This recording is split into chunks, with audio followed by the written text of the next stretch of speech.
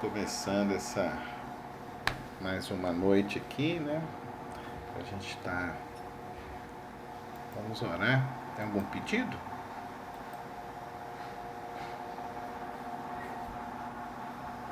Tem algum pedido? Um momento especial, não. Certo. Orar pelo pai do Nilton, lá da igreja, pai hospitalizado. Pedir para que Deus esteja abençoando. Vamos orar então, né? Pai de amor, Pai celeste, obrigado, Senhor, por mais esse dia. Obrigado, Senhor, por estar aqui com os meus irmãos. Que o Senhor esteja abençoando essa aula, esse tempo que vamos estar juntos. Esteja, Deus, abençoando a vida do irmão Rodrigo, sua esposa, seus filhos, guardando, abençoando, visitando, ó Deus, e derramando a tua graça e da tua paz aos corações. Pedimos também pela vida do irmão Alano, sua esposa, ó Deus, suas filhas, guardando e abençoando também. Oramos também pela vida da irmã Andréia, seu esposo, seus filhos, que o Senhor também esteja guardando a tua serva, ó Deus, esta família, essas famílias, ó Pai. Colocamos, ó Deus, o pai do irmão Nilton nas tuas mãos, rogando ao Senhor, ó Deus, que ele possa receber da cura, que ele possa melhorar, ó Deus, o seu quadro e possa retornar a casa, ó Pai. Abençoa esta noite, ó Pai, tudo que vamos tratar, que tudo, ó Deus, possa servir de edificação para as nossas vidas. Assim que eu rogo ao Senhor, em nome de Jesus. Amém.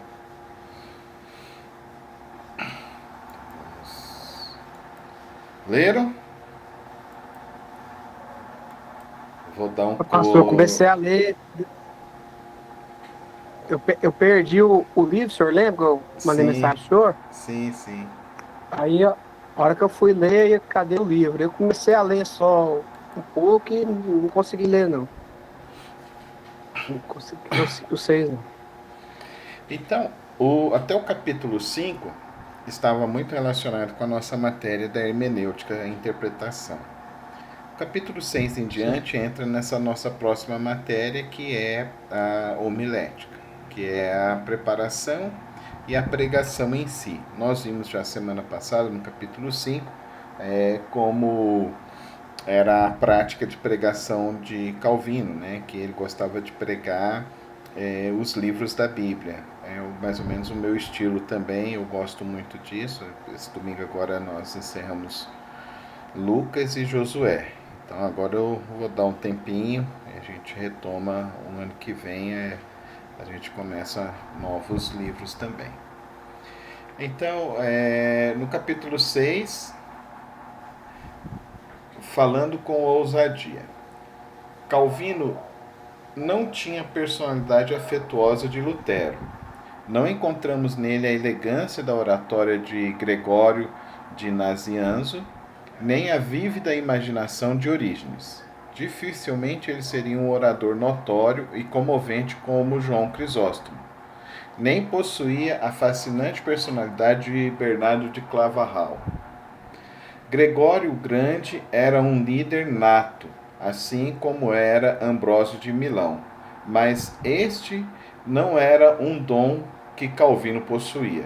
Contudo, poucos pregadores realizaram uma mudança tão tremenda na vida de sua congregação quanto o reformador de Genebra. Então a gente percebe que hoje a ênfase na pregação, e eu que sou um estudioso de pregação já há muitos anos, há mais de 30 anos, a ênfase muitas vezes fica na performance, na oratória. E a pregação ela é diferente. Ela prioritariamente ela precisa se preocupar com o conteúdo. Lógico que a apresentação ela é importante. A elaboração de um bom esboço também é importante. Mas o conteúdo, para mim, é muito mais importante.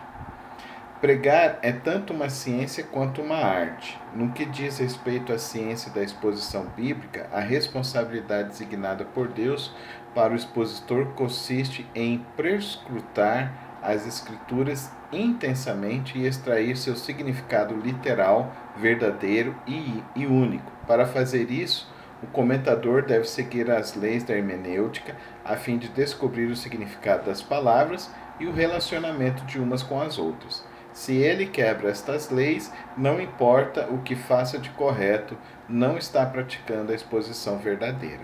Então, por isso que a gente se detém no estudo da hermenêutica, no estudo de como extrair a verdade e o conteúdo. João Calvino tornou-se perito tanto na ciência quanto na arte da pregação bíblica. Conforme vimos no último capítulo, ele buscava com dedicação uma exegese minuciosa. Seu alvo principal sempre foi a essência antes do estilo. Então, se você me perguntar assim, pastor, qual que é o seu referencial assim, de pregador? Em termos de conteúdo, eu gosto muito de ouvir gosto muito de ouvir alguns pregadores que eu trago sempre em destaque. Hernandes Dias Lopes é um pregador que eu gosto muito de ouvi-lo. O pastor Pascoal Piragini, da Primeira Igreja Batista de Curitiba. O pastor Luiz Saião, que em termos do conteúdo que eles têm. Em termos da oratória em si, eu acho a oratória do Hernandes muito boa, muito boa. Tenho tentado, com meu raso inglês, ouvir as pregações de John Piper, que são muito interessantes também. Ele tem um estilo um pouco diferente. Eu gosto muito também esse novo estilo, um estilo um pouco mais moderno.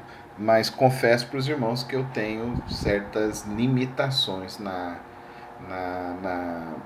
minha oratória. Eu não sou um pregador de andar muito, igual o Cláudio Duarte, que consegue andar para cá e para lá. Eu não tenho essa mobilidade assim, não. Essa mobilidade me atrapalha às vezes. Eu também detesto aquelas musiquinhas de fundo, aquele negócio do teclado no fundo. Nossa, que negócio me dá até agonia. Eu vou muito pregar em igrejas mais pentecostais, né? Eu vou muito nessas igrejas pentecostais. Daí não tem jeito, né? O cara tá lá tocando, aquilo lá irritando, mas a gente, eu peço para Deus força, né? Quais então são essas características de Calvino, né, na sua fala? Ele coloca aqui palavras familiares. Calvino possuía um domínio linguístico magnífico. O reformador escreveu seu primeiro livro em latim, pregava em francês, sua língua nativa, usando bíblias escritas em hebraico ou grego. Além disso, sua educação em literatura clássica intensificou a eficácia do uso que ele fazia da linguagem ao pregar, ensinar e escrever. Entretanto, não obstante sua notável erudição, Calvino escolheu usar palavras simples e uma linguagem compreensível no púlpito. Então, a minha formação ela é uma formação biblista com o professor Shedd. E o professor Shedd, a característica essencial dele era uma erudição fora do comum. O professor Shedd tinha uma capacidade de memória muito impressionante, porque ele citava diversos autores nas pregações.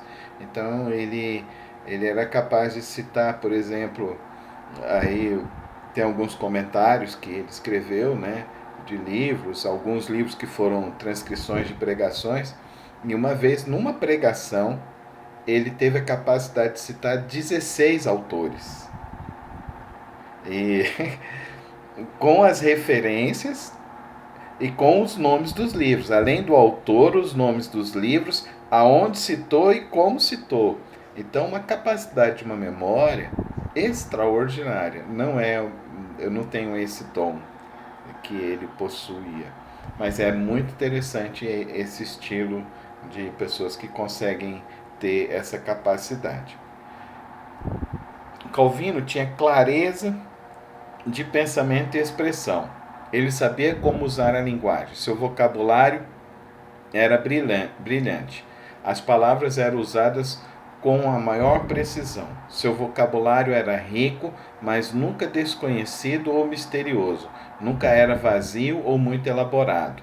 Repetidas vezes nos concede maravilhosas comparações e metáforas, como o que ele citou em seu sermão sobre Miqueias, onde diz que os hipócritas usavam o templo como armadura contra o juízo de Deus e como uma capa para encobrir a sua maldade.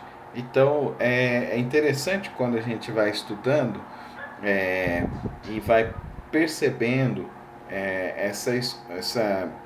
essa prática do Calvino na sua pregação. Vou passar aqui para o próximo ponto, que é expressões cheias de vida. Eu quero destacar aqui.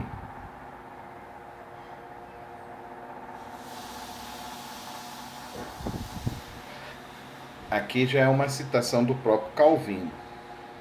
A lei nos prepara para o Evangelho, pois quando os homens estão cheios de orgulho, não podem conhecer a graça de Deus. Se um recipiente está cheio de ar e você tenta colocar algum líquido dentro dele, nenhuma gota entra porque o ar não permite. Pensemos também no corpo humano. Uma pessoa pode estar morrendo de fome e ainda assim ter um estômago tão distendido pelos gases a ponto de não conseguir comer.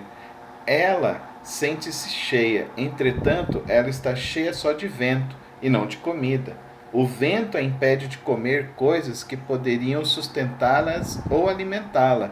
O mesmo se aplica ao nosso orgulho tolo. Pensamos que temos tudo o que precisamos, mas tudo que temos é como um ar, o qual exclui a graça de Deus. Então deu para entender que ele está falando de uma coisa tão profunda, mas ele está usando uma ilustração muito comum da vida. Você vê que ultrapassa o tempo, né? E eu acho que essas são as expressões que são muito importantes na pregação. Eu gosto muito desse tipo de aplicação e de escolhas de ilustrações que ultrapassem o tempo, não só o tempo presente, mas o tempo adiante. Então é muito interessante essa postura de Calvino. Perguntas estimulantes. Gente, eu acho isso fantástico. É uma técnica que eu uso em quase todas as minhas mensagens. Todas as vezes que eu estiver pregando, eu sempre vou estar usando isso. Calvino também era hábil em fazer perguntas que forçavam as pessoas a pensar. Perguntas assim faziam parte de suas pregações expositivas. Uma avaliação dos sermões de Calvino revela seu uso constante de perguntas por meio dos quais ele atraía a atenção de sua congregação. Eu gosto muito disso. Fazer uma pergunta que leva à reflexão, uma pergunta que desperta o interesse, uma pergunta que leva e que tenha uma resposta ligada ao tema que nós estamos estudando, ao tema da palavra. Uma reiteração simples. Outro meio que Calvino empregou para explicar textos bíblicos foi repetir versos usando palavras alternativas. Ele escolhia uma estrutura frasal diferente e usava sinônimos. De acordo com Ford Lewis Battles, Calvino era um magnífico expositor das Escrituras porque ele era um mestre da paráfrase. Isso eu acho muito interessante, porque o exercício que eu vou passar hoje para vocês tem a ver com esse tema, tá bom? Eu quero que vocês, então, é tarefa para a próxima semana. Peguem um texto bíblico, pode ser, vamos fechar um Salmos. Peguem um Salmos e eu quero que vocês escrevam uma paráfrase dos Salmos. E aí, semana que vem, nós vamos começar a aula, então, vocês lendo a paráfrase de vocês, tá certo? O que é paráfrase? É você colocar com as suas próprias palavras o que você entendeu do texto. Então, se você tem alguma dificuldade, na própria Bíblia online, você tem a Bíblia, a palavra, que é uma paráfrase. Então, você pode ler o Salmo na NVI, na nova versão internacional, e você pode ler essa paráfrase para que você possa ter uma ampliação de entendimento e você possa escrever, não copiar, escrever a sua própria paráfrase, tá certo? Tarefinha para a próxima semana, tá bom? Então eu quero escrito, que eu quero que vocês me enviem por e-mail, tá bom? Que isso aí para mim checar. E na próxima aula vocês vão ler já na abertura para a gente conversar e assim a gente já está então já desenvolvendo agora não só o método da interpretação, mas agora nós estamos também já começando a desenvolver o método homilético e depois nós vamos trabalhar o método da oratória, que esse livro ele é a base de todo o nosso estudo, né? Reiteração simples. Aqui ele tem algumas sugestões, por isso que eu falo para vocês lerem, porque enriquece muito a aula, né? Pode falar, Rodrigo. Só me tirou uma dúvida aqui. Para fazer a paráfrase de todo salmo? Não, um salmo. Você vai escolher um salmo. Eu não vou determinar qual salmo você vai escolher. Você escolhe um salmo e faz a sua paráfrase. Tudo bem. Tá bom. E aí o e-mail o senhor vai mandar no grupo? Sim, vou colocar lá. Pode mandar lá pelo WhatsApp, né? Pode mandar o arquivo pelo WhatsApp, mais fácil, né? Tá. O senhor quer o resumo até que dia? Para a próxima aula. Quer dizer, Para a vou mandar próxima, antes, né? para a próxima aula. Mas pode mandar antes a paráfrase. Pode entregar no dia mesmo, não tem problema não. Eu vou deixar o meu Eu e-mail vou lá, que mandar aí antes. fica mais privado, né? Não, eu vou mandar antes para não dar erro. Agora, uma coisa muito importante. O povo gosta, eu sempre acho isso muito estranho, de pregador que cita muita palavra de Deus, muitos textos paralelos, né? Eu não gosto disso. Eu pego um texto e vou pegar no máximo, quando necessário, um outro texto para trazer uma afirmação. Mas eu não gosto desse tipo de pregação. Lutero também não. O Calvino também não.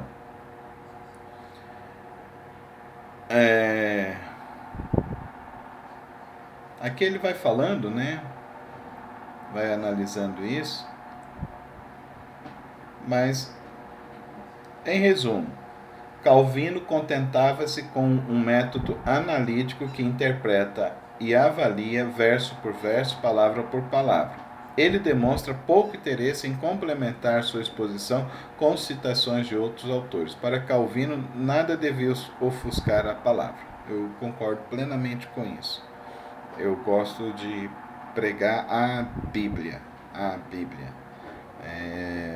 Um dia desses, uma pessoa estava comentando que estava num grupo e as pessoas estavam comentando da pregação dos pastores e duas pessoas falaram a mesma coisa sobre o meu estilo. Falaram assim, o pastor Carlos ele prega a Bíblia.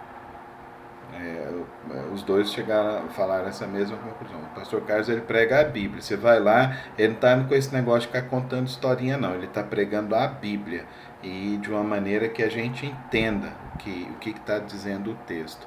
Então, eu quero ser conhecido isso. Esse é o meu propósito de pregação.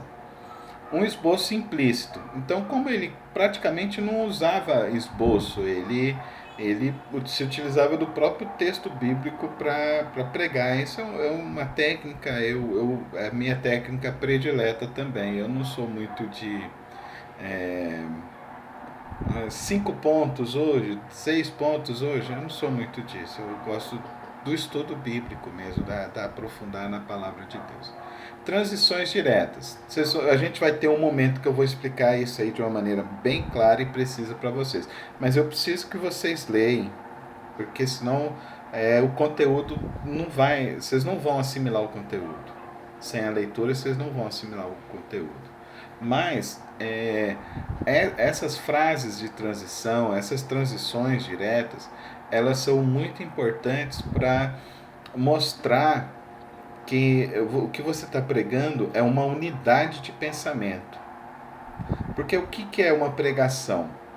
Uma boa pregação, ela tem que ter um propósito bem definido, ela tem que ter uma premissa teológica muito bem definida, e ela precisa ter, na sua apresentação, no seu desenvolvimento, ela precisa trazer essa afirmação desse propósito e a afirmação dessa premissa teológica. Então, esse precisa ser um sermão que tenha, de fato, um sermão que tenha uma coerência e um equilíbrio na sua apresentação. Então, ele tem que ter um início, ele tem que ter uma boa transição, ele tem que ter um bom desenvolvimento e ele tem que ter uma boa conclusão. Então, uma pregação, ou qualquer coisa que você for dizer, em qualquer lugar, essa é uma premissa básica de oratória. Você tem que saber o que você vai dizer, como você vai dizer, de que forma você vai apresentar e como você vai concluir. Então, você tem que saber o início, o meio e o fim que você está dizendo. Aí você não pode pecar de fugir do seu tema. Já viu gente que começa com o tema, eu vou falar aqui a luz do mundo, e de repente já está terminando lá na evangelização e já está terminando lá de outra maneira. Então, assim, e a pessoa sai de lá, o que ele falou? Falou um monte de coisa lá. Mas o que ele falou? Não, falou um monte de coisa lá. Porque a pessoa, ela tem uma dificuldade de assimilação quando o pregador não traz uma boa apresentação e não tem um bom desenvolvimento. Intensidade centrada. Isso é muito importante. O foco da pregação, queridos, precisa ser a sua tese fundamental. Não pode ser várias teses, uma pregação. Uma pregação, ela tem que ter uma tese fundamental. Um ensino fundamental. Então, esse foco precisa ser trazido à tona e as pessoas precisam aprender cada vez mais. Pena que as pessoas vão para a igreja hoje, nem levam a Bíblia mais. Mas deveriam levar a Bíblia, deveriam levar um caderno para anotar, fazer as suas anotações, porque esses estudos são estudos que vão ajudar em toda a formação, porque é um processo educacional. O culto é um processo educacional. Então, o culto hoje virou muito mais entretenimento do que um processo educacional. Então, as pessoas hoje querem muito mais louvor do que palavra. E isso é um erro, porque a centralidade do culto é na apresentação da palavra. Então, a palavra tem que ter o seu eixo fundamental e a sua apresentação da palavra tem que ter tem que ser o eixo principal do culto e da celebração. Tranquilos? Então, esse foi o capítulo 6.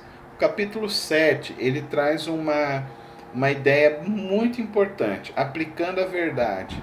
Porque essa é a grande pergunta. Você lê o texto, mas e daí? O que esse texto quer dizer? Você ouviu a pregação, mas e daí? O que isso tem a ver com a sua vida? O que isso tem a ver para a sua vida, para a sua família? O que isso vai acontecer? Então, T.H.L. Packer diz: ele não se agitava em impaciência febril ou frustração. Ele não repreendia seu povo, considerando-se mais santo que eles. Não implorava de forma exagerada para que dessem algum sinal físico de que a mensagem fora aceita. Ele era apenas um homem consciente de seus pecados, dos pequenos progressos que fazia e da dificuldade de ser um praticante da palavra, transmitindo ao seu povo, cujos problemas ele sabia serem iguais aos seus, com simpatia, o que Deus havia dito para eles e para ele próprio. Então, é uma boa definição, né, de um orador, um pastor, um orador que Ele tinha uma preocupação de não ser maior do que o próprio povo, mas a palavra ser maior, ser o eixo fundamental da vida da sua comunidade. Sim, Ana. Eu acho que aqui sintetiza muito bem, né? A verdade que ele pregava, muito diferente, né, desses pastores de grandes multidões, que às vezes, né, fala ali que tudo é lindo, que tudo é maravilhoso, que Deus já te deu a vitória, como se ele vivesse em outro planeta, em outra esfera, e lá embaixo todo mundo fosse diferente, né? Eu acho uma grande sensatez, né, da gente pregar e saber a dificuldade. A gente não é diferente de ninguém que está no culto, é alguém que conheceu a palavra e está transmitindo a palavra. Achei Exatamente. magnífica essa definição dele. E a pregação, ela visa, a sua leitura e a sua apresentação, ela visa levar um esclarecimento. Um esclarecimento. Então, vocês viram, a gente estudou lá todos os livros, o contexto, como que foi escrito, o destino, para que a gente possa ter esse entendimento da Bíblia. E tendo o entendimento bíblico, a gente pode ter então a fazer uma apresentação da palavra de Deus de uma maneira que as pessoas possam sair de lá compreendendo mais verdadeiramente o conteúdo da palavra. Calvino explicava as escrituras palavra por palavra, isso já foi dito. Ele as aplicava sentença por sentença à vida e à experiência de sua congregação. Por esta razão, seus sermões sempre têm uma percepção cuidadosa da realidade. Eles partem imediatamente das escrituras para a situação concreta e presente em Genebra. Então, é muito importante. Uma exortação pastoral. Aqui no texto que ele está usando de referência, Miqueias capítulo 2, versos 4 a 5. Portanto, aprendamos a não nos embriagarmos com nossas esperanças tolas. Em vez disso, esperemos em Deus e em suas promessas e nunca seremos enganados. Mas se basearmos nossas esperanças em nossa presunção, Deus nos despojará de tudo, visto que a natureza humana é tão impulsionada pela presunção. Esta é uma das nossas doutrinas mais essenciais. Por sermos tão cheios de um orgulho insuportável, Deus é forçado a nos punir severamente. Pensamos ser superiores a Deus, a ponto de termos mais poder do que Ele. Então, não vou fazer o restante da leitura, que vocês podem se aprofundar.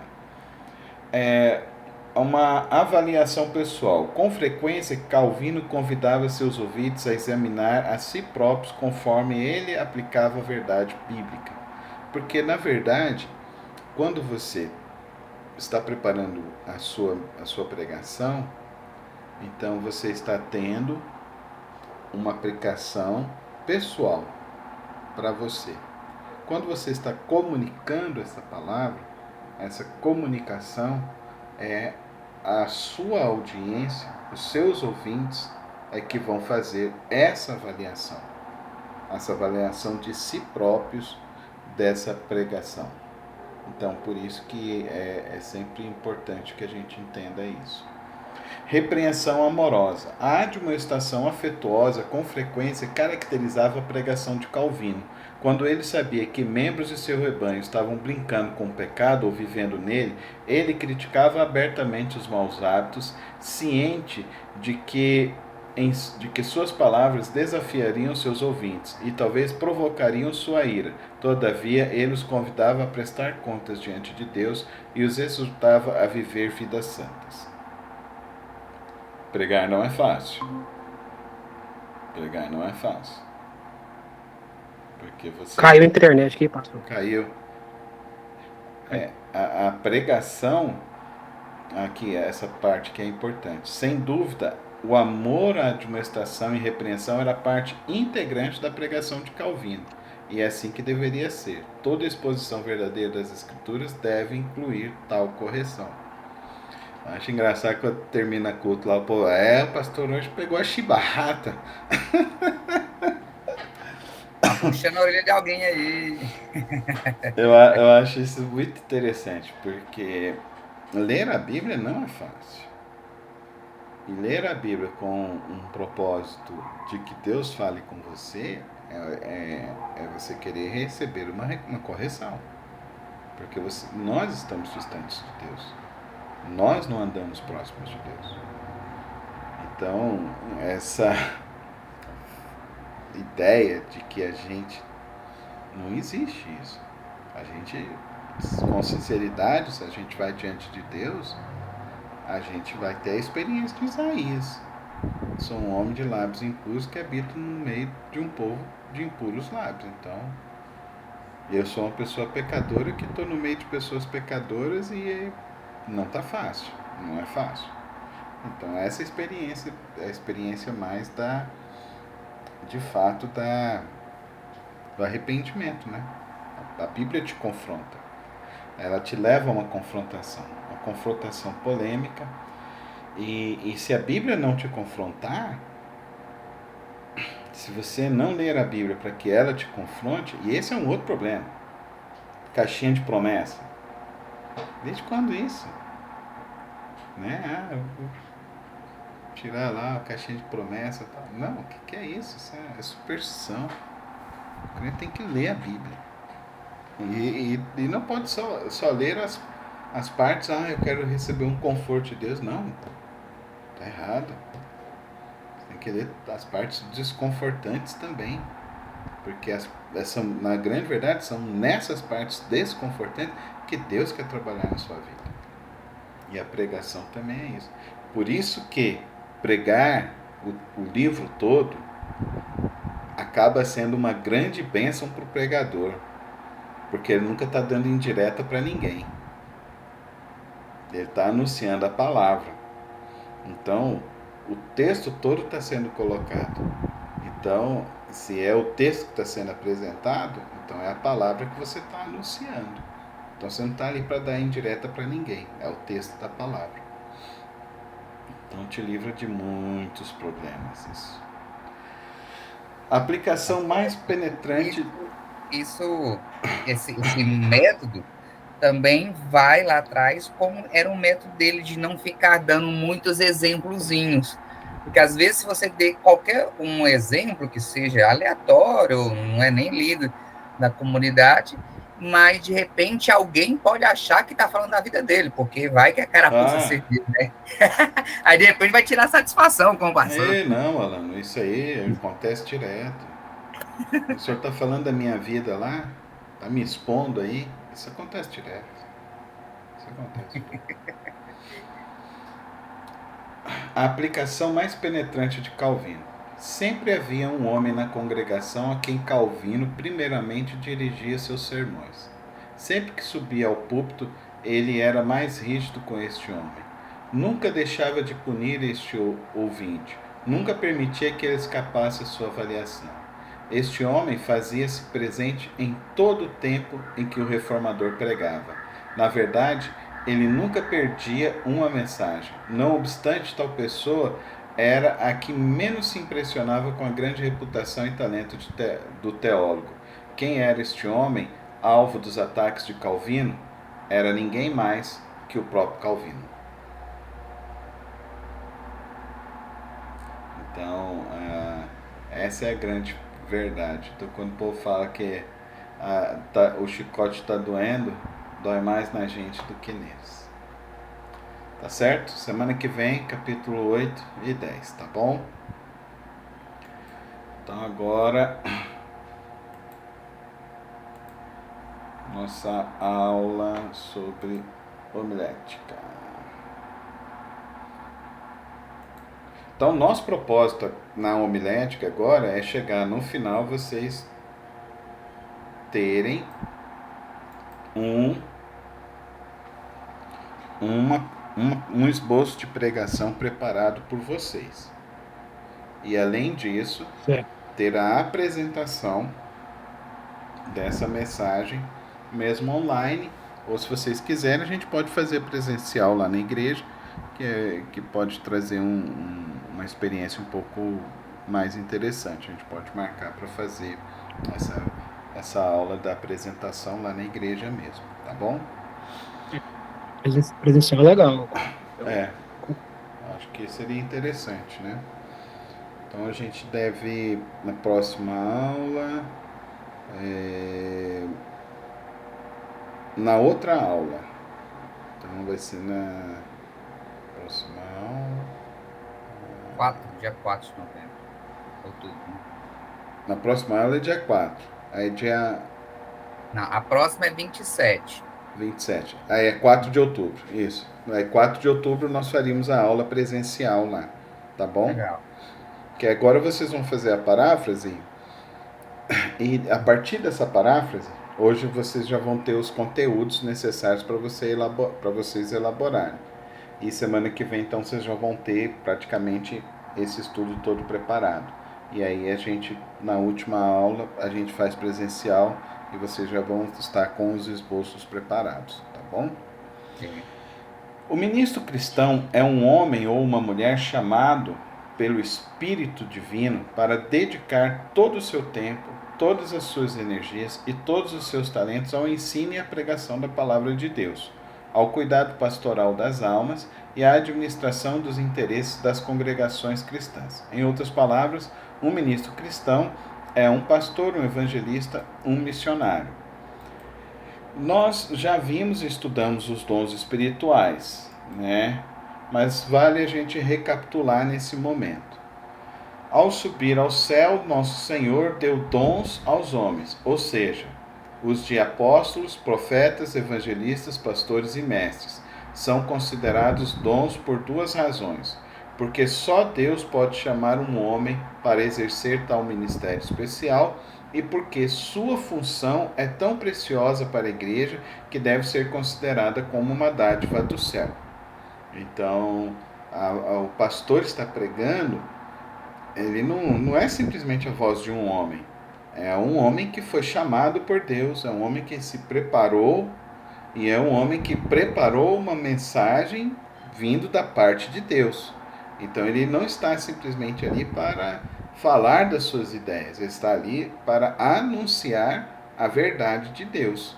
Então, por isso que nós precisamos entender que isso tem a ver com vocação, com chamado de Deus, vocação e preparo. Porque o Espírito vai falar aqui. Não é bem assim, não. A gente já viu que a Bíblia é bem complexa. A gente já viu que tem muitas coisas na Bíblia, né? Tem muitas coisas para a gente estudar. Então, para a gente distinguir o que é uma parábola, o que é uma metáfora, o que é uma poesia, o que é uma lei. Então, a gente tem que ter um mínimo de dedicação para estudo. E a partir disso daí, então, desse preparo, a gente vai anunciar, e a gente precisa anunciar algo que seja verdade. Não pode ser uma mentira. Tem que ser a verdade e a verdade da palavra de Deus.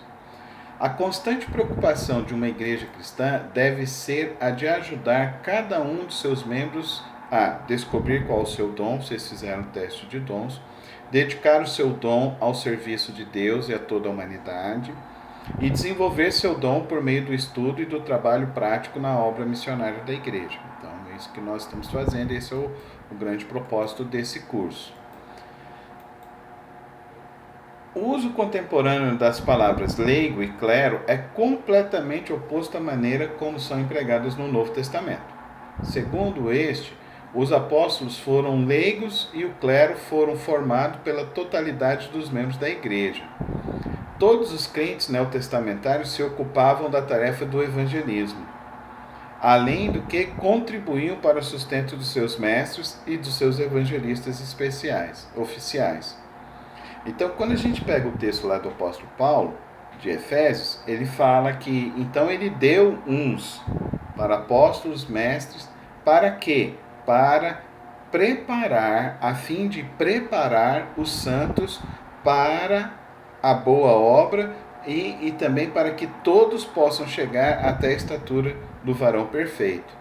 A tarefa não é evangelizar, mas muitas vezes as nossas igrejas pensam que quem tem que evangelizar é o pastor, é o missionário. Mas não, essa tarefa é dada a todos. Vocês são geração eleita, sacerdócio real, nação santa, para anunciar o evangelho. Então isso o propósito de Deus. Então não é que tenha esse tipo de separação, leigos e o clero. Na verdade, nem deveria existir isso. E a reforma veio com o sacerdócio universal dos crentes justamente para dizer isso. A diferença é... Qual que é a grande diferença? Nós três temos que evangelizar. Nós três temos que testemunhar do amor de Cristo. Nós três precisamos ter uma vida de santidade. Agora, a diferença é... O pastor Carlos, ele recebeu um chamado. Ele foi se preparar. A igreja reconheceu o ministério e o dom do pastor Carlos. Aí o pastor Carlos, então, ele tem um dom e um ministério. Qual é esse dom e esse ministério? De pastorear, o dom de mestre, o dom de ensino e o dom de pastorear, de cuidar do rebanho. Mas é só o pastor Carlos que tem que pastorear o rebanho? Não. Todos os dons pastoreiam o rebanho. Todos os dons pastoreiam o rebanho. Todos cooperam para a obra do pastoreio da igreja. Porque eu vou conseguir assistir corretamente no máximo 10, 20 pessoas. 10, 20 famílias. Humanamente dizendo, é isso.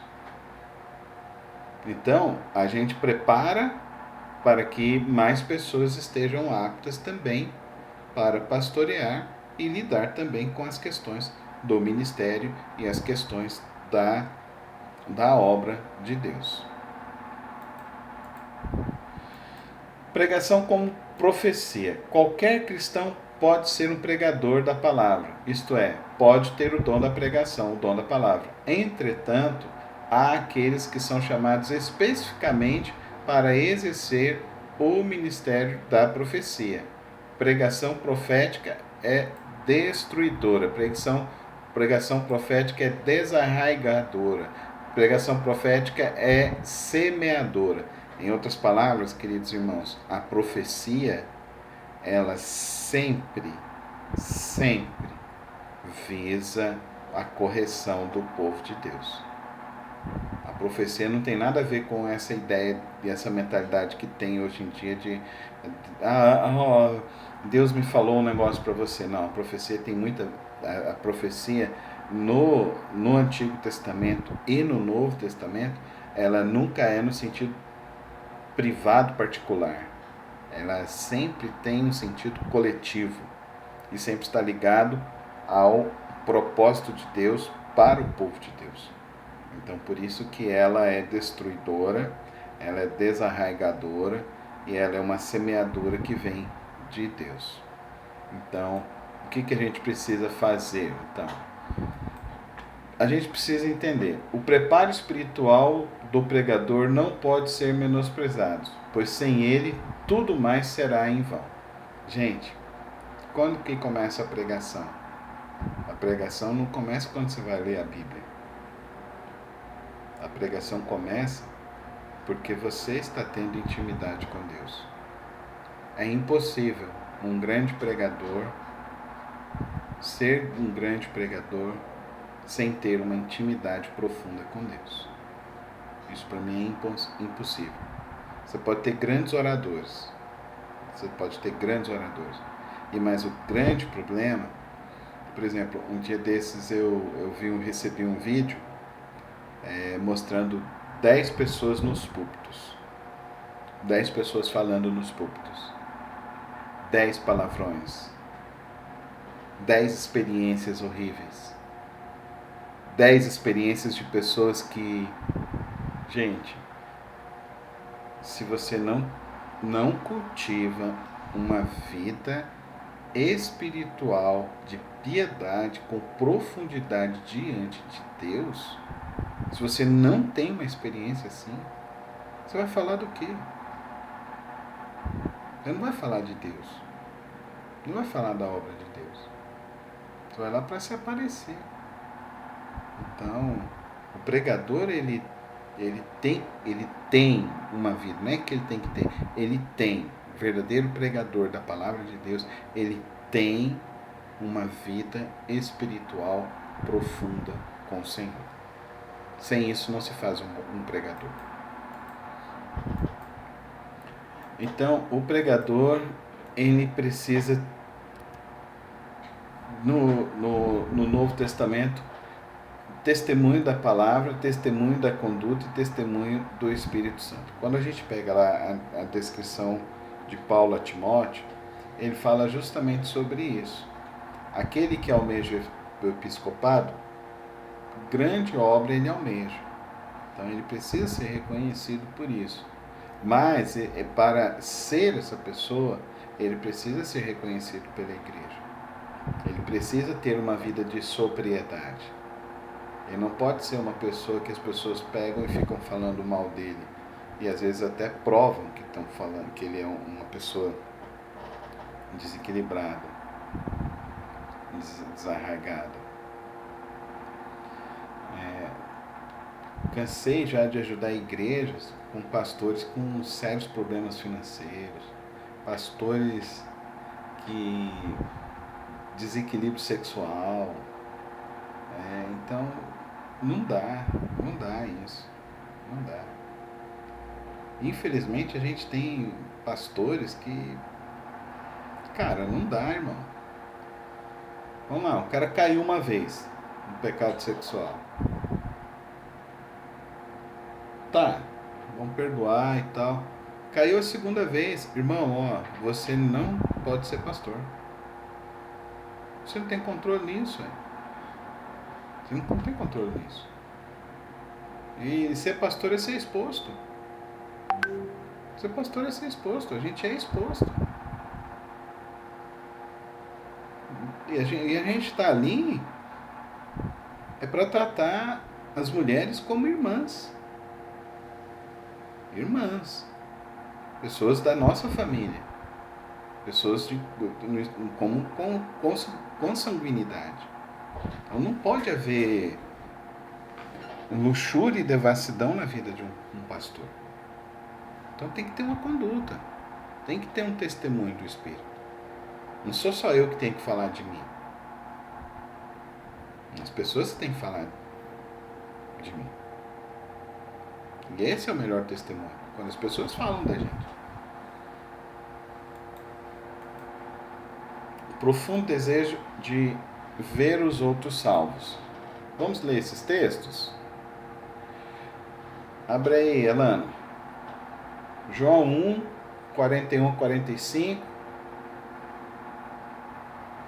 Abre lá, Rodrigo.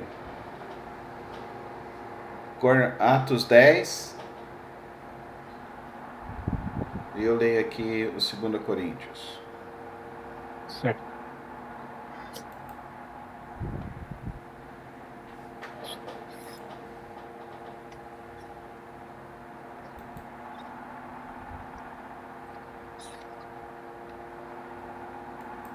Mira João ou só João mesmo? João 1, 41, 45. Ah, sim. Agora eu tô vendo aqui.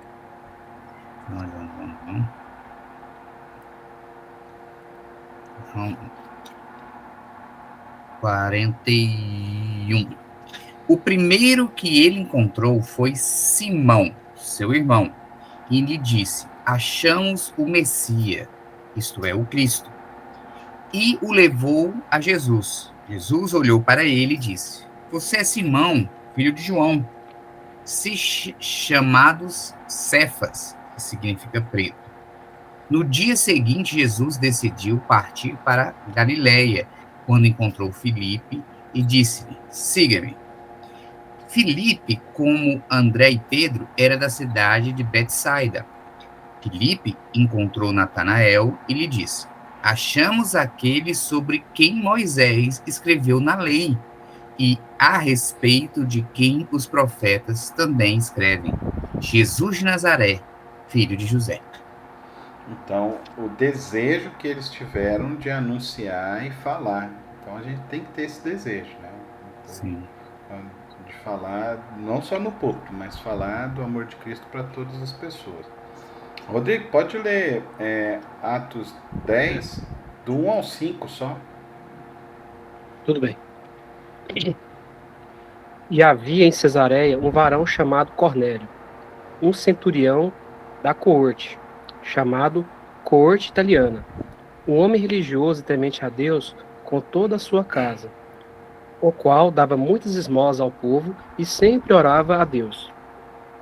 Este viu claramente, numa visão quase à hora nona do dia, um anjo de Deus que se dirigia para ele e dizia: Cornélio. E este, olhando para ele e atemorizado, disse: O que é isso, Senhor? E ele disse-lhe: As tuas orações e tuas esmolas têm subido para o memorial diante de Deus. Agora, pois, envia homens a Jope e manda chamar um certo Simão, que tem por sobrenome Pedro. Aí a gente vê então Cornélio com o desejo de se encontrar com Cristo, no sentido de que ele orava, de que ele então e ele pede para chamar então Pedro para anunciar o evangelho. Paulo, 2 Coríntios 5, de 11 a 15. Uma vez que conhecemos o temor do Senhor, procuramos persuadir os homens o que somos está manifesto diante de Deus e esperamos que esteja manifesto também diante da consciência de vocês. Não estamos tentando novamente recomendar-nos a vocês, porém lhes estamos dando a oportunidade de exultarem em nós para que tenham o que responder aos que se vangloriam das aparências e não do que está no coração. Se enlouquecemos, é por amor a Deus. Se conservamos o juízo, é por amor a vocês. Pois o amor de Cristo nos constrange, porque estamos convencidos de que um morreu por todos, logo todos morreram. E ele morreu por todos para que aqueles que vivem, já não vivam mais para si mesmos, mas para aquele que por eles morreu e ressuscitou. Então, o apóstolo Paulo falando do desejo de persuadir e ensinar a palavra de Deus.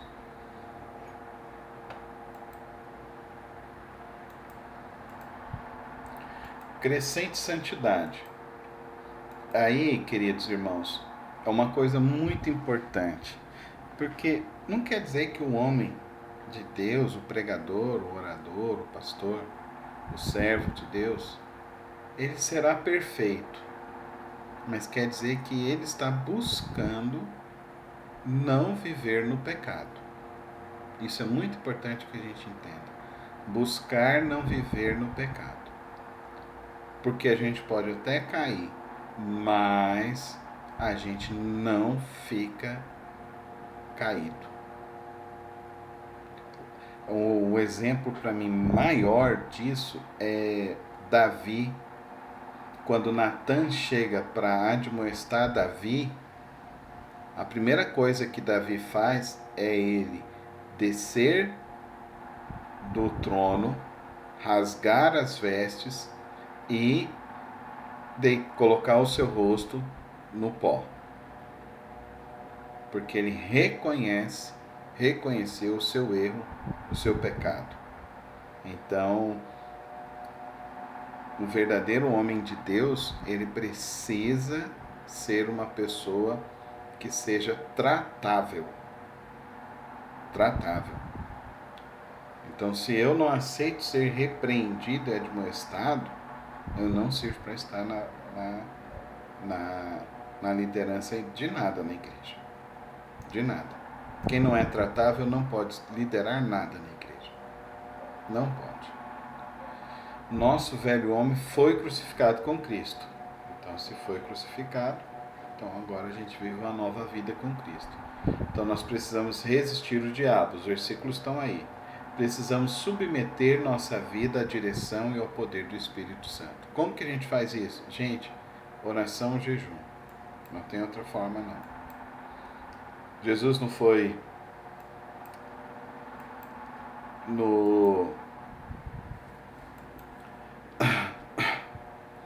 no deserto para ser tentado, mas ele foi lá para ser tentado ou foi lá para fazer um jejum de 40 dias? Então Jesus buscou a Deus. Então esse tem que ser o nosso primeiro desejo, buscar a Deus.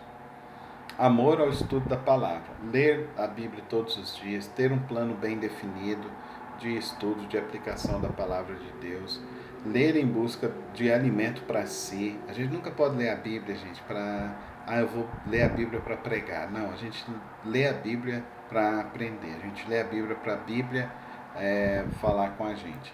Marcar a Bíblia é um negócio que eu não curto muito, não. Eu evito isso. Depois que o muçulmano me repreendeu, então não marco mesmo. Memorizar os textos. Isso é uma coisa que eu me esforço. Memorizar os textos bíblicos.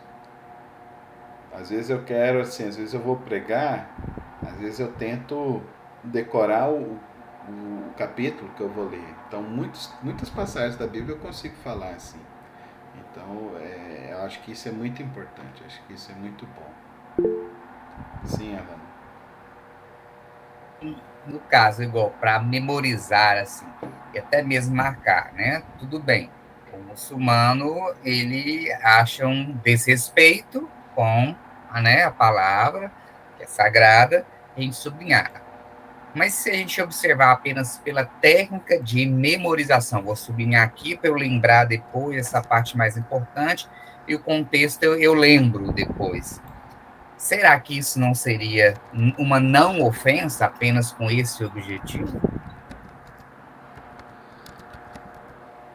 Eu não acho errado você riscar ou não riscar. É que eu tive uma experiência pessoal em que essa experiência, e assim, experiência é experiência, cada um tem a sua. Então, essa experiência me trouxe uma reflexão e uma ideia de que eu vou encontrar novamente com uma pessoa semelhante assim. Então, quando eu encontrar novamente com uma pessoa assim, eu quero que ele tenha uma impressão diferente. Então, essa é a minha experiência. Eu não estou querendo dizer que ninguém deve marcar e tal. Tem pessoas que têm essa capacidade, né? Que só conseguem através disso, né? Então, o que a gente tem que ter um método. Parece que eles devem ter algum método, porque eu vejo que meu irmão morou no Kuwait e ele conviveu 5 anos com os muçulmanos e ele, que não tinha nada a ver com a paçoca, tinha que participar do Ramadã e tudo, que era trabalho dele, enfim. E eles, assim, têm essa disciplina, respeito, e até esse método, sei lá qual é, para decorar, é incrível, pois que a gente não tem essa disciplina, né? Eu mesmo tenho uma dificuldade tremenda de saber os endereços, os versículos. Nossa, eu sei ali mais ou menos o contexto, mas eu não consigo decorar. Eu tenho uma péssima memória para isso, né? Aí você nunca vai aprender mesmo. Nunca vai decorar. Eu tenho Não uma péssima memória, então você já está se definindo como alguém. É uma mudança. É uma mudança. É uma mudança. Quando você lembra a primeira vez que você dirigiu? É a prática, né? Lendo, relendo sempre, e aquilo acaba internalizando, né? Exatamente. É praticar mais mesmo, né? Primeira vez que foi andar de bicicleta, você caiu ou não? Certamente. Sim, Rodrigo. Assim. Fala aí, Rodrigo. O senhor falando em relação a arriscar a Bíblia, né? Uma vez eu vi um trecho foi até do pastor Silas Malafaia, ele falando, meio que criticando as pessoas que ficam utilizando celular, ao invés de levarem a Bíblia, ficam verificando pelo celular os versículos, né, Bíblia online. Ele citou justamente isso, que ele fala que a Bíblia é um livro sagrado e que o celular tem tudo que é tipo de porcaria, né? Então não se pode confundir uma coisa que tem um monte de porcaria com um livro sagrado, né? Então até que ele falou isso, né? Falou das pessoas retomarem a Bíblia, né, como livro sagrado e deixarem o celular em casa, né? Eu achei muito interessante essa passagem dele, sabe? Ah, você viu o domingo passado que eu fiz, né? Esse pessoal atina um pouco, né? Porque é complicado. Complicado. Né? Aí tem gente lá na igreja que tem 15 anos, não, não pega a NVI. Aí, não dá pra ler, pastor. Não dá pra ler porque você não se atinou de que a gente só lê a NVI. Pelo amor de Deus, tá prestando atenção o quê, então? Difícil. Então, eu concordo com isso aí, viu, Rodrigo? Mas como é que eu vou fazer? Eu vou chegar lá todo domingo e dar bronca? Confiscar o celular? Ia ser uma boa confiscar o celular. Ou, não, deixa pra lá. Oração. Mas, Gente, sem oração não tem, não tem poder, não tem unção. Sem oração não tem unção. Sem oração não tem poder. Então, não tem jeito, gente. Não tem jeito. Então, não vou nem me deter nisso aqui que eu já falei bastante nisso aqui para vocês. Preparo intelectual. Homem algum pode atender às demandas de um púlpito se não estudar constante e seriamente. O pregador precisa dedicar um tempo diário para o estudo. O conhecimento do coração sem o conhecimento da mente não faz sentido. Então tem que estudar.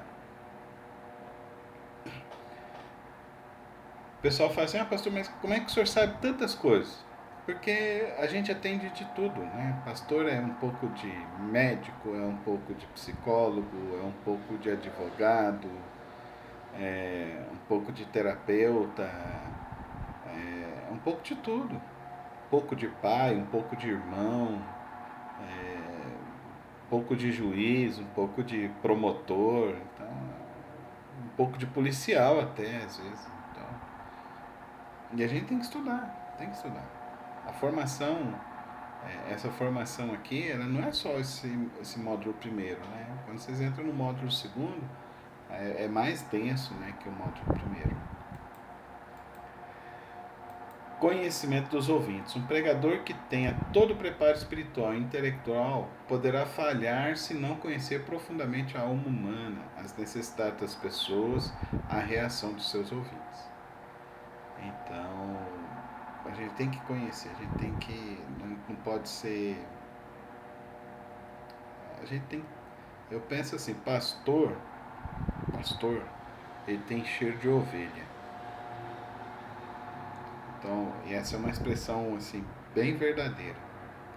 Os pastores que cuidavam das ovelhas no campo, às vezes eles tinham que caminhar distâncias para pegar uma ovelha que ficou às vezes encarrada, ficou presa porque caiu numa vala, porque ficou no meio de galhos.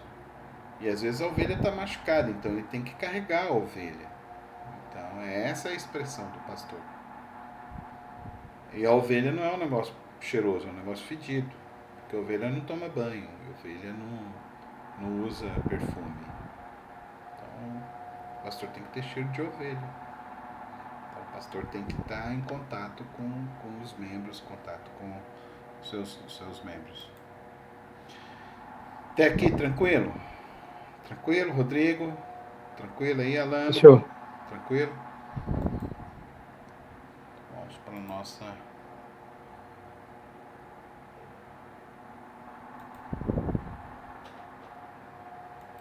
é interessante mais ver o senhor sem barba.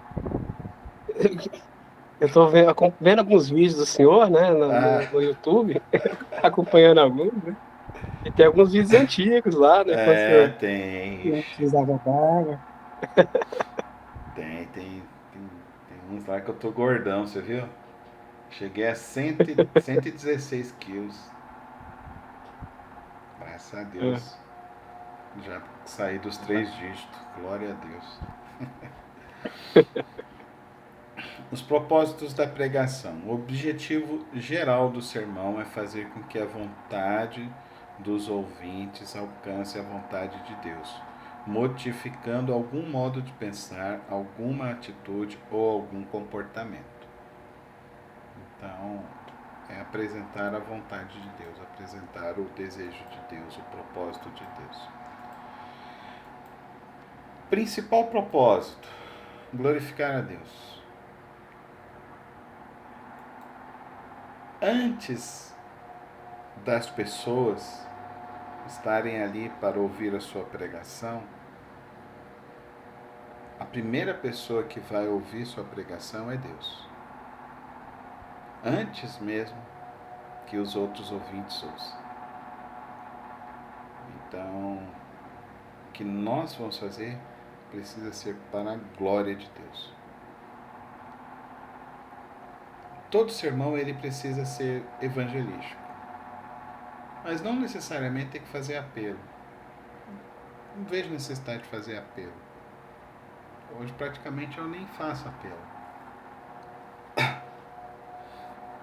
Dentro do sermão ele precisa conter doutrinas, as doutrinas essenciais do Evangelho.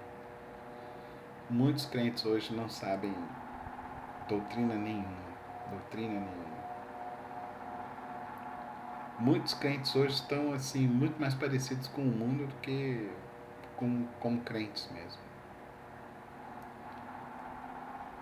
Incentivar a devoção,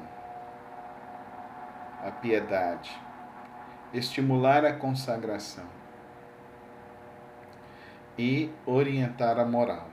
A nossa moral é a moral cristã. Nós temos uma moral bíblica, uma moral cristã. Então, esse liberalismo teológico que a gente vem vendo aí hoje em dia é terrível. Terrível, porque acredita-se então que não tem uma moral. Nosso Deus é santo. Nosso Deus é santo, ele é a nossa régua. Ele é íntegro, ele é inteiro. Então, se ele é inteiro, ele é a nossa regra, nosso alvo. Então, nós estamos para agradar a Deus, não a nós mesmos. Nosso coração é mau, nossos desejos são maus, e, portanto, a gente tem que se encher do Espírito de Deus, a gente tem que se encher de Deus, para vivermos a boa, perfeita e agradável vontade de Deus. Consolar os crentes. E às vezes assim, as pessoas estão tão mal, que às vezes você precisa anunciar uma mensagem de consolo, que as pessoas estão mal. Propósitos específicos significam uma aplicação particular do propósito geral à situação peculiar. Então, por exemplo, no domingo passado,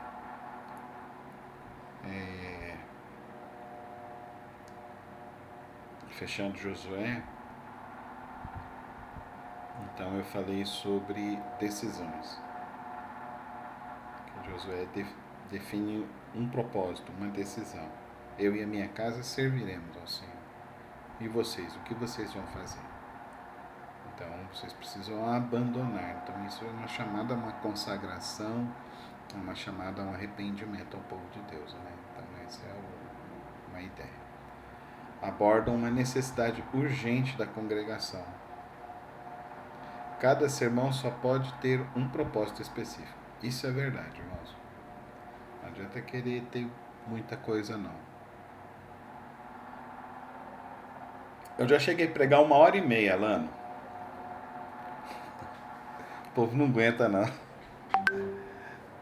Agora é uma faixa aí de 20, 30, 35. Mas, assim, depende do assunto, parece que vai puxando, né? A gente vai querendo saber mais, tudo.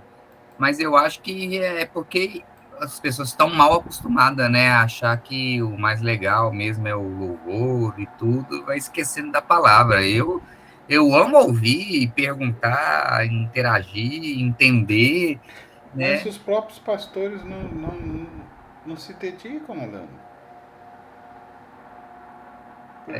Esse problema é o problema dos pastores. Os próprios pastores não dedicam a levar uma pregação. Nem preparam, nem estudam, infelizmente. Nessas igrejas aí pentecostal, o Espírito vai falar. E aí sai um Vamos lá, tanto de o que besteira. quer, vai, né? Aí sai Começa desse tanto de besteira que sai por aí. Né? muitas besteiras. Sim, Rodrigo. É igual uma das experiências que eu tive quando eu era mais novo, né? Foi logo quando a Universal estava em expansão.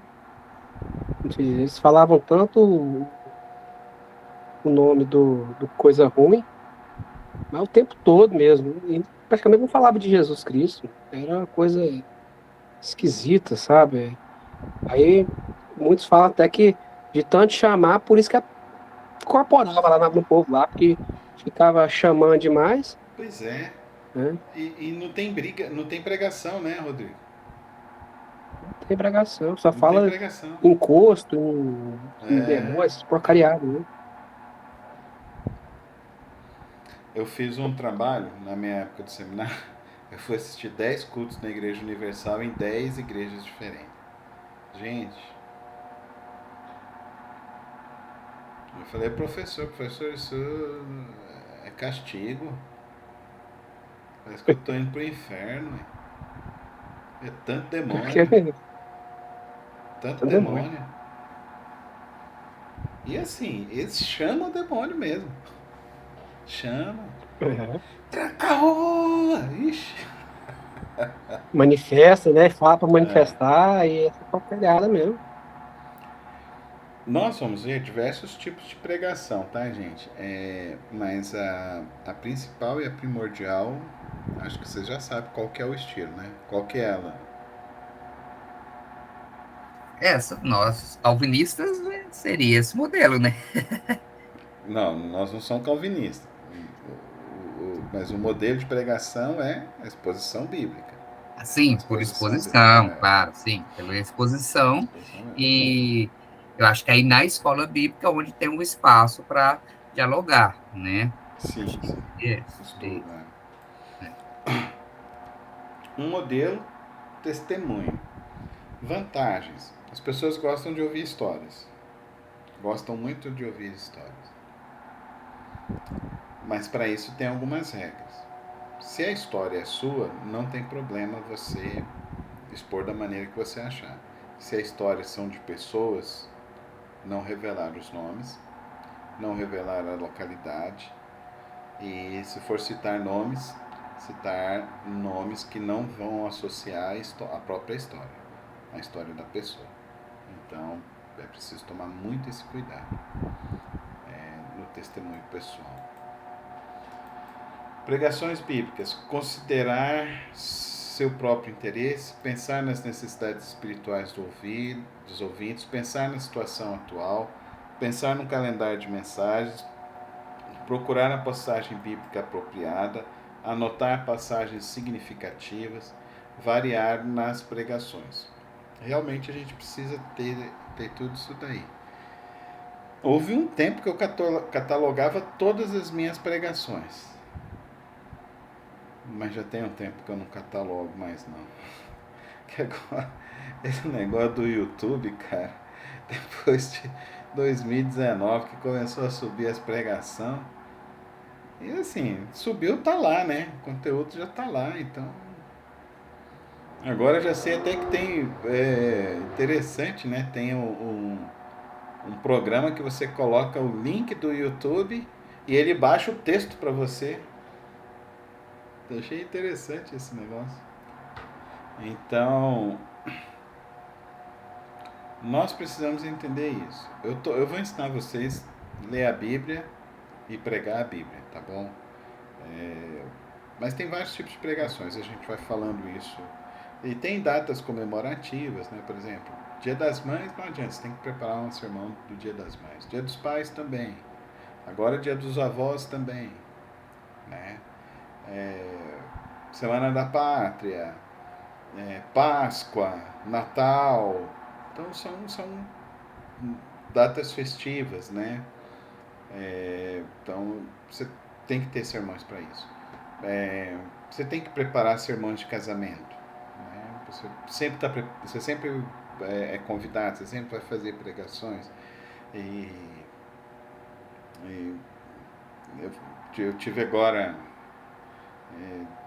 depois da pandemia, teve uma enxurrada de casamento. Eu fiz 20 casamentos agora. Eu tive que dar uma arrumada nas minhas pregações, porque era um muito próximo do outro, com gente muito próxima. Então tem que fazer um arranjado, senão o outro, mas ele pregou essa lá. Então você tem que ter esse entendimento também, né? Então, isso daí. Cultos difíceis, né? Pregações difíceis, culto fúnebre, né? Pregação difícil. Eu gosto muito de alguns textos. Eu tenho os textos principais que eu gosto de usar. Pode ser Eu Sou a Ressurreição e a Vida, é um dos textos que eu gosto. Na Casa de Meu Pai há muitas moradas, é outro texto.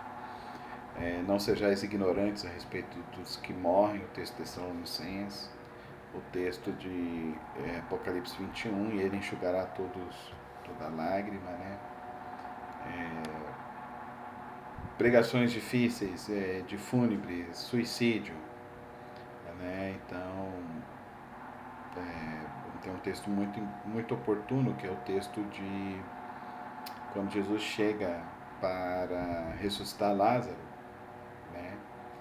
E Jesus fala ali para Marta, chega e fala para ele, se o senhor tivesse chegado antes, né?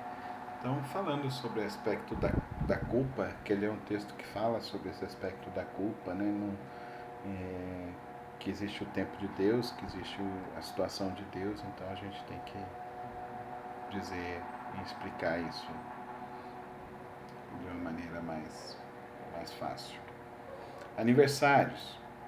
Então, o aniversário de um idoso é diferente de um sermão que você vai fazer para criança, diferente de um sermão que você vai fazer de aniversário de casamento, aniversário de jovem, então é diferente, aniversário de 15 anos. Então, você tem que ter esse entendimento de que você vai lidar com essas mensagens diferentes também.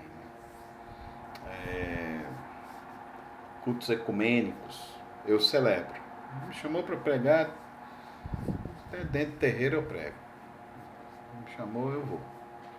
Então não tem esse negócio não. Algo que eu acho importante é isso, a gente não pode perder a oportunidade de pregar, né? Se for convidado, por que não? Eu já preguei na Rosa Mística, já preguei lá na Catedral de Campinas. Me chamou, eu vou. Eu me lembro. Eu falo de Jesus. Não faço apelo, né? Mas eu falo de Jesus. A Soraya fala comigo, nossa, no culto fúnebre você vai fazer apelo, cara? O povo tá triste. Eu falei, é o melhor momento. O melhor lugar para pregar, gente. Cadeia. Verdade, a alma tá apertada, né? Não, cadeia. Cadeia, né? Ninguém vai no banheiro. Todo mundo presta atenção. Ninguém fala, ninguém conversa com o outro. Não usa celular. Pensa que numa audiência que te escuta e você pode pregar 2 horas que eles ficam ali em pé ouvindo, entendeu? É o melhor lugar que tem para pregar. Lugar difícil para pregar, escola. Menino não para, né? Menino não para. Adolescente, então, né? Aí você tem que ter uma boa variação de mensagens e utilizar bastante recursos, né? O Rodrigo é bom nisso daí, né, Rodrigo? Você gosta, né? Eu tento inovar um pouquinho para prender a atenção deles, né? Eu mesmo, eu tenho até que mandar apresentar para o senhor um exemplar que eu quero comprar para todas as crianças lá da igreja, né? Que frequentam lá. Porque é a Bíblia em ação, ela é devocional, né? Sim, então sim. Tem as historiazinhas em quadrinho e posteriormente tem a atividade, né? E, assim, pelo menos para os meus filhos, foi fantástico, porque Sim, sim. eles leram toda, o Rafael mesmo deu toda a bibliação, que é a história em quadrinhos, é mais de 800 páginas, ele leu tudo, É um mangá, né? memorizou, É um é mangá, o né? mangá, isso mesmo. Bem, E foi assim, alta produção ele. sim, e assim, eu tive uma experiência muito exitosa aqui em casa, sabe? E É. eu acho que é mais um recurso que a gente pode utilizar. Eu vou adquirir um exemplar, e aí se o senhor autorizar aí, a gente implanta aí e eu faço a doação para as crianças. Ah, legal, legal. O... Não sei se vocês conhecem o Felipe Folgose. De nome, sim. Ele é um artista, né? Ele fez Sim, várias de nome. novelas, fez Malhação, foi protagonista de novela das 6, das 7, das 8. O cara é um cara famoso, assim, né? Acho que ele fez Chiquititas também, um negócio assim. Um cara famoso. Aí ele tem um canal no YouTube e ele tem uma série de mangás. Todos os mangás com fundo bíblico. Porque o testemunho de conversão dele é porque ele trilhou um caminho ocultista. E aí ele foi ler a Bíblia. Daí quando ele leu a Bíblia, ele não teve dúvida de que a Bíblia era o caminho e a verdade. Então o testemunho dele é muito forte. E esses mangás dele, o que tem de adolescente que compra esses mangá dele, que é uma série, né? É uma série estilo Star Trek que ele escreveu. Ele que escreveu, ele que produziu, é a produção dele, né? E agora ele vai lançar uma série pelo Netflix da do primeiro mangá que ele fez. Então é um cara bem legal. Depois você procura lá, Felipe Folgose. Muito interessante ele. Agora ele é meio. Aí eu conheço. Tem um menino lá na igreja lá que ele é super fã lá do mangá. Aí ele ia com a Bíblia do mangá, né? Eu virei e falei assim, mas aqui não dá pra você ler, ó, na igreja. Ó. Você tem que já trazer a Bíblia. Que ele acostumou tanto com o mangá, com esse mangá aí. O pai dele falou, pastor, ele já leu umas 5 vezes. Eu falei, uai, bom, né? Agora eu quero ver E, ele ler a Bíblia mesmo. e o bom é que para iniciação, prende atenção e eles gravam, Eles né? gravam, eles gostam demais. Então, depois você entra e vê se você compra os mangás do Felipe Fogosi. Alta Tá bom, produção também, alta produção. Eu tá bom. gostava, eu sempre fui meio nerd, assim, eu gostava dessas coisas. Tinha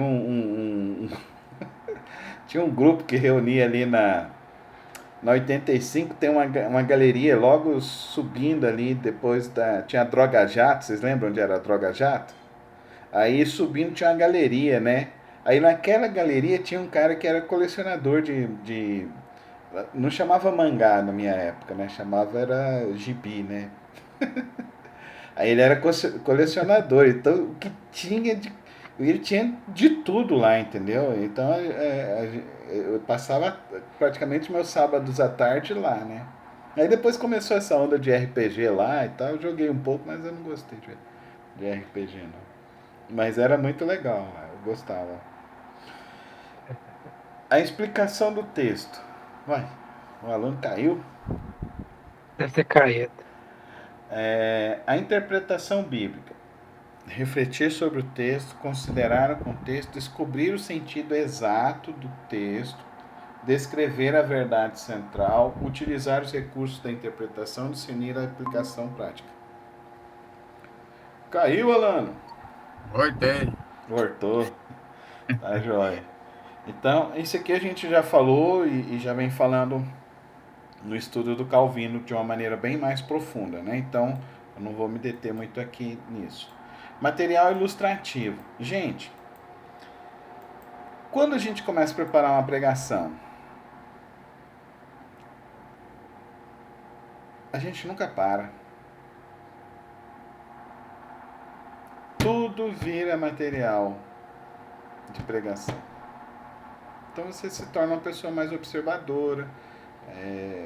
Todos os filmes que eu assisto, eu faço alguma associação bíblica, eu vejo alguma refutação, então tudo isso é material, histórias. Tem um pastor amigo meu lá, o cara é super organizado, pastor Daniel, super, super organizado. Ele tinha um armário desse assim, na época do seminário, ele já tinha 3 prateleiras dessas cheinha de material, cheinha de textos e tal. O cara é muito aplicado nisso daí, né? Então, eu acho que isso é muito interessante. Fatos do dia a dia. Eu não sou muito de historinhas de ilustração. O Rodrigo que acompanha lá sabe que eu não sou muito disso. Eu sou de fatos do meu cotidiano. Gosto muito dos fatos do meu cotidiano, das relações. Eu gosto dessas coisas que para mim eu acho que são mais próximas da vivência das pessoas. Então acho que isso comunica melhor. Mas um dos grandes mestres da pregação que fazia isso era Nilson do Amaral Fanini. Então Nilson do Amaral Fanini pregando sobre a dracma perdida. Eu não esqueço a pregação. Eu não esqueço a pregação porque ele fez assim, não sei nem se é verdade essa história, mas é fantástica a história. Ele leu o texto e tal, daí ele virou, falou, começou assim: um dia, final do campeonato carioca, no Maracanã, eu e meu filho fomos ver aquela final do campeonato. No intervalo, na caminhada, meu filho soltou da minha mão e sumiu. E eu fiquei o segundo tempo todo, eu não insistia, porque eu estava tentando achar meu filho, ia para um lado, ia para o outro, e pedia para alguém achar o meu filho, e pedia alguém para achar meu filho, e não encontrava, falou nos altos-falantes, foi comunicado, e não achava o meu filho, não achava o meu filho. No final do jogo, as pessoas começaram a ir embora, e eu já desesperado, falando com falando com os policiais, falando com as pessoas e correndo atrás, e eu voltei novamente para avistar na arquibancada, e lá ao longe eu vi o meu filho e saí correndo para encontrar o meu filho e dar um abraço no meu filho que estava perdido, o meu tesouro que estava perdido. Eu e você somos os filhos que Deus vem nos procurar. No final de todos podem ter ido embora, mas Deus não vai. Cara, ele era fantástico nas suas histórias.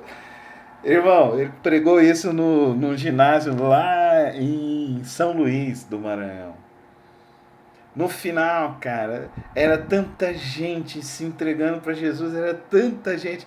Cara, ele era um mestre, um grande pregador, Eu acho que ele foi o maior evangelista brasileiro, foi o Nilson do Amaral Fanini. Eu gravo no meu coração pelo menos 10 pregações dele que eu jamais vou esquecer. De tanto que. E isso é material, gente. Isso é material. Tudo que a gente ouve é material, né? De pregação, de aplicação.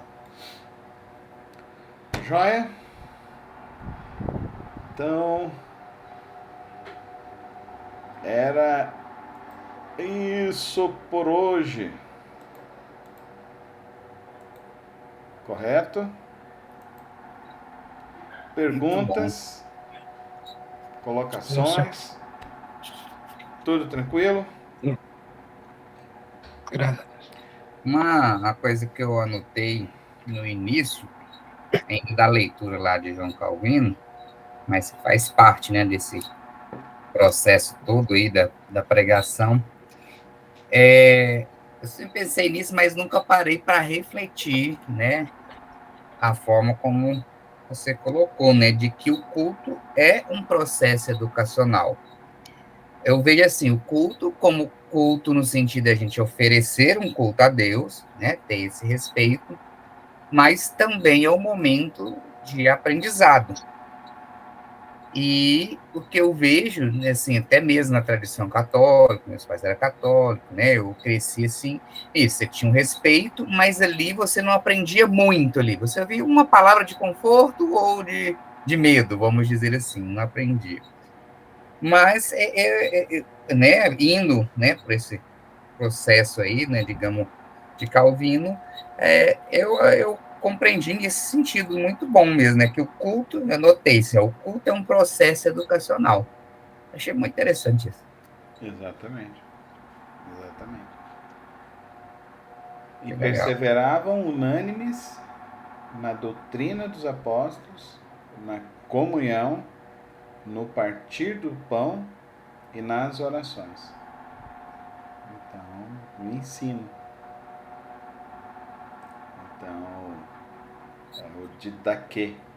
Eu acho que eu não sei como que era a metodologia ali no Antigo Testamento ou até hoje para os judeus, mas assim, eles sempre foram muito disciplinados, né? As sinagogas estavam sempre lhe ensinando, mas eu não sei, digamos assim, se teria essa escola dominical em outros momentos e o dia exclusivo do sábado, que seria o culto. Você Sim. sabe? Era diferente esses momentos e vários momentos de estudo? Ou só existia essa reunião pública ali, a não ser a reunião dos sacerdotes à parte? Depende, porque são vários momentos. Você tem o primeiro momento que é o momento do tabernáculo, né? E no momento do tabernáculo você tinha o momento dos sacrifícios, que eram as propiciações dos pecados, e você tinha a separação do átrio, onde eram feitos os sacrifícios. Você tinha dentro do átrio, eu não vou conseguir lembrar de tudo aqui agora, mas você tinha um primeiro átrio, você tinha um segundo átrio. Nesse segundo átrio só os homens entravam, as mulheres não podiam entrar, nem os estrangeiros podiam entrar. E no Santo dos Santos só o sacerdote entrava uma vez no ano, só uma vez no ano. Mas ali ocorriam todo o processo de ensino das crianças, que era ministrado pelos sacerdotes, pelos homens. As crianças até os 12 anos eles tinham que conhecer toda a Torá e o Tanakh. Então eles tinham que recitar todos a lei. E esse processo foi após Moisés. A gente vai percebendo que Moisés vai estabelecer os atos litúrgicos em Deuteronômio, que tem as leis cerimoniais. Aí você vai ter também o estabelecimento da liturgia dentro da sinagoga, que a liturgia era no sábado, o Shabat, que começava às 6 da manhã. Às 6 da manhã, então, eles não faziam sacrifícios. Os sacrifícios eram feitos na sexta-feira, antes das 18 horas. Então, às 6 da manhã, no átrio, as crianças deviam ir, então eles começavam com a leitura ou da Torá ou da Tanakh. Então, eles começavam com a leitura, aí depois os homens entravam, junto com os sacerdotes. Ali acontecia esse processo litúrgico. Eles cantavam o cântico da libertação de Israel, que foi o cântico que foi composto pela irmã de Moisés, e aí se estabelecia esse processo. E a leitura então da Torá e depois a explicação do sacerdote. Ou seja, era tudo no mesmo dia, todos os ensinos era tudo no mesmo dia, ou seja, Sim, no sábado. No das sábado. 6 às 18. Uhum. Das 6 às 18. Eles ficavam no tabernáculo, ao redor do tabernáculo, das 6 às 18. Só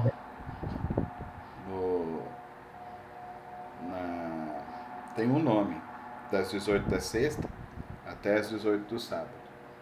Dali eles saíam e iriam jantar.